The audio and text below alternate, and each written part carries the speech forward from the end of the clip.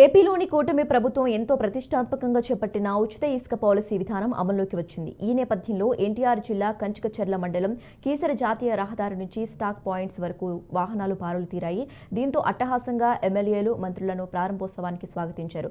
ఇసుక స్టాక్ పాయింట్ల వద్ద ఏర్పాట్లు చేశారు. అయితే ఇప్పటి వరకు ఉచిత ఇసుక పాలసీపై ప్రభుత్వం నుంచి జీవో రాలేదు.